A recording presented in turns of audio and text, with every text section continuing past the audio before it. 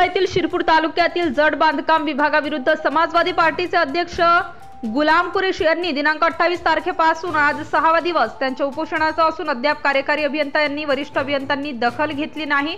कारण जळोदीतील बांधकामामध्ये मोठा भ्रष्टाचार झाला असेल हे सिद्ध होत आहे, म्हणून त्या ठेकेदाराविरुद्ध गुन्हा दाखल केला पाहिजे।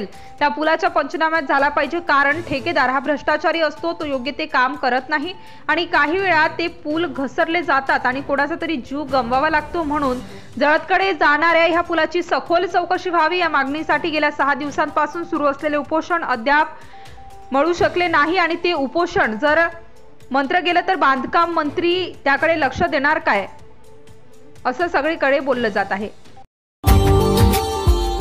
Subscribe now and press the bell icon. Never miss an update.